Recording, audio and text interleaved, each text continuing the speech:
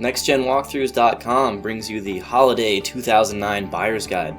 So now that the PlayStation 3 Slim and Xbox 360 Elite are both priced at $299, it makes it a real tough decision about which you should get.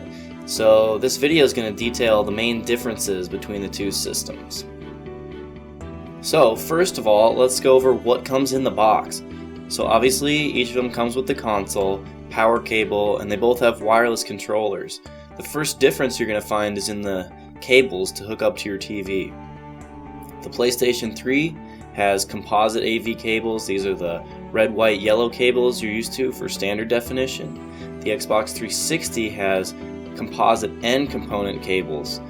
So it's got the red, green, blue, and red, white, yellow, so you can switch between standard and high definition with a switch on the cord. And then the PlayStation 3 has the USB cable for charging the wireless controller, and the Xbox has a headset for talking during online gaming.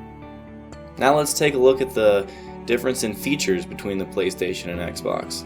So they're both evenly matched with 120GB hard drives. For wireless internet, it's built right into the PlayStation 3, but it's $100 extra for the Xbox. So you're either going to have to plug an Ethernet cable straight in, buy the add-on, or run a Ethernet cable from the Xbox to a computer you have already hooked up to wireless to get around this. So that's a pretty significant difference. Next up is the disk drive. PlayStation's got that Blu-ray player, Xbox is just DVD. Both systems do support HDMI, however, neither of them come with the cable. Bluetooth, PlayStation supports this.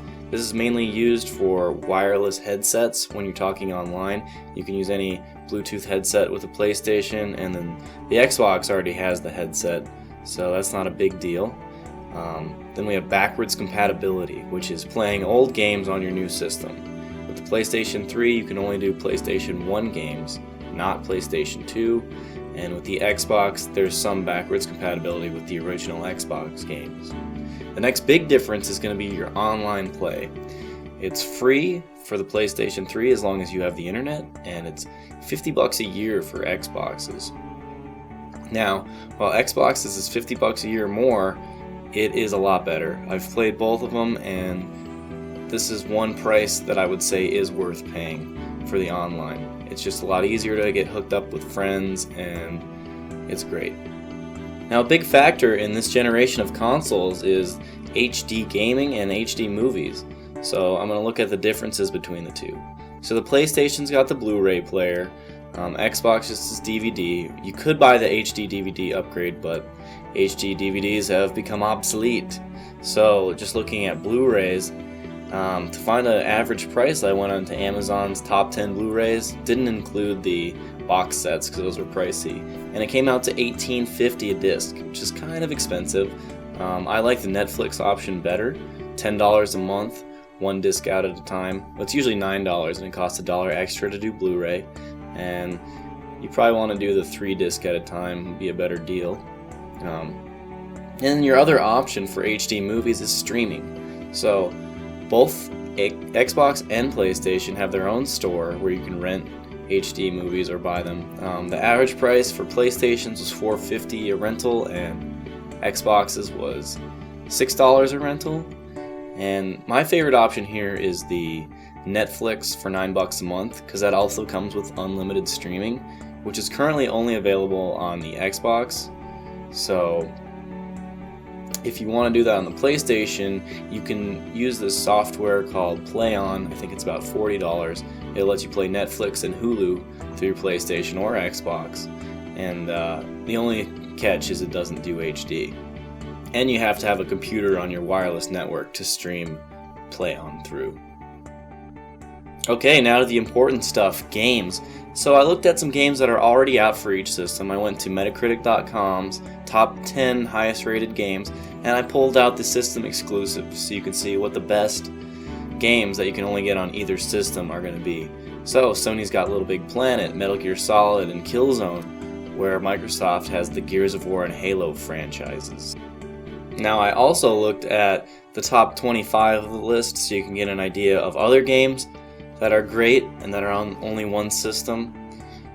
Now, both systems do have games in each genre that are awesome. So you're going to find a good sports game, a good shooter, a good RPG, no matter what system you've got. So just take a look at these lists and see if there's anything you can't live without. And if you can't, you'll probably have to pick the system that has the game you want. Now you're going to have to keep in mind that 2009 and 2010 are going to be awesome years for games.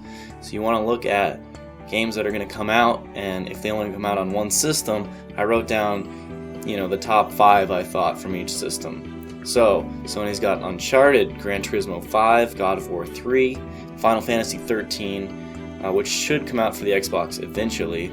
MAG, which is Massive Action Gaming. It's like 250 people online. Looks kind of cool. And then Microsoft's back with Halo 3 ODST, Forza 3, Left 4 Dead 2, which is like a zombie shooter, Mass Effect 2, it's a sci-fi RPG, and then of course the Grand Theft Auto 4 downloadable content, which has been great so far.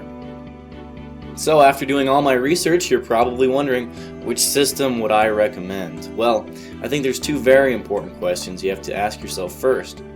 Why are you playing? Are you interested in a certain game franchise like Halo? If you are, get the Xbox. Do you want to play Blu-rays? If so, get the PlayStation 3. I mean, these are both great systems, they each have strengths and weaknesses, but they're very evenly matched, and no matter what you're looking to do, you can probably do it on either system.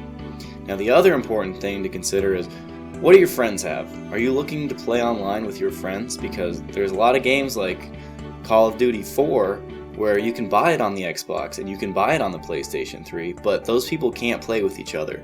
So if all your friends have an Xbox, get an Xbox. If all your friends have a PS3, get a PS3. These are both great systems. There are tons of good games coming out in the next 6 months. So at $2.99, everyone's a winner. Just keep in mind, when you're stuck on a game, go to nextgenwalkthroughs.com. You'll get the best HD gaming walkthroughs on the internet for free.